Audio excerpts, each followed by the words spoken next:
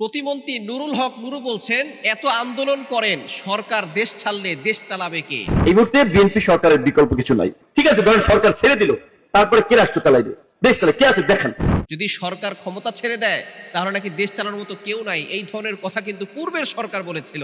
এবং যারা স্বৈরাচার হয়েছিল, মানুষের উপরে জুলুম করেছিল, মানুষের উপরে অন্যায় করেছিল, একেবারে গ্রাম বাংলা থেকে শুরু করে নগর বন্দর পর্যন্ত প্রত্যেকটা মানুষ নিরীহ হয়েছিল। তারা স্ট্যাটাস পর্যন্ত করতে পারতো না, তারা তাদের নিজের মন্তব্যগুলো মানুষের কাছে প্রকাশ করতে পারতো না। ফেসবুকের স্ট্যাটাস দেখেও অনেককে দুনিয়া থেকে বিদায় করে দেওয়া হয়েছিল। এমন একটা সময় তারা বলেছিল, যদি আমরা এই ক্ষমতা ছেড়ে দেই তাহলে দেশ পরিচালনা কে করবে? আমাদের বর্তমান প্রতিমন্ত্রী সে সংসদের দায়িত্ব পেয়েছেন, সে এখন বলছেন সরকারি দল যদি ক্ষমতা ছেড়ে দেয় তাহলে দেশ কে চালাবে? এটা নিয়ে আপনাকে চিন্তা করতে হবে না। আপনারা যে কাজগুলো করছেন, মানুষের উপর যে অন্যায় হচ্ছে, এগুলো আপনারা দেখছেন না। বিচার কার্য সঠিকভাবে পালন করছেন না। শিক্ষার্থীদের উপর আক্রমণ হচ্ছে। হবিগঞ্জে এক ছাত্রের উপর আক্রমণ করে তার চোখ নষ্ট করে ফেলা হয়েছে, সে চিরতরে চোখটাকে হারিয়ে ফেলেছে। নিরীহ ড্রাইভারকে আক্রমণ করেছে। এই চাঁদাবাজি, এরপরে অন্যায় কাজগুলো, এগুলো আপনারা বন্ধ করবেন না, আর বলবেন সরকার ক্ষমতা ছেড়ে দিলে দেশকে চালাবে। এই ধরনের কথা আপনাদের কাছ থেকে শুনতে চাই না।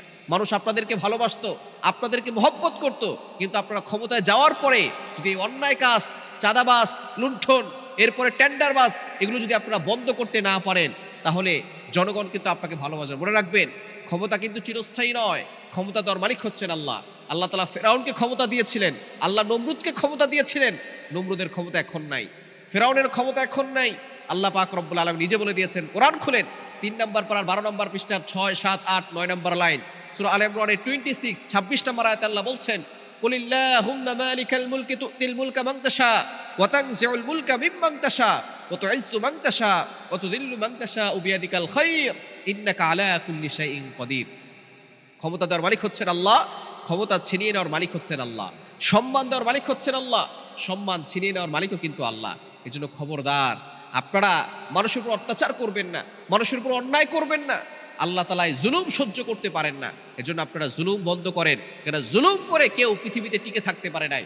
যারা এই জুলুম করেছে, যুগে জুড়ে তারা ধ্বংস হয়ে গিয়েছে, পৃথিবী থেকে তারা নিঃশেষ হয়ে গিয়েছে।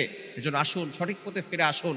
মানুষের উপরে অন্যায় না করে জনগণের কষ্ট বোঝার চেষ্টা করুন।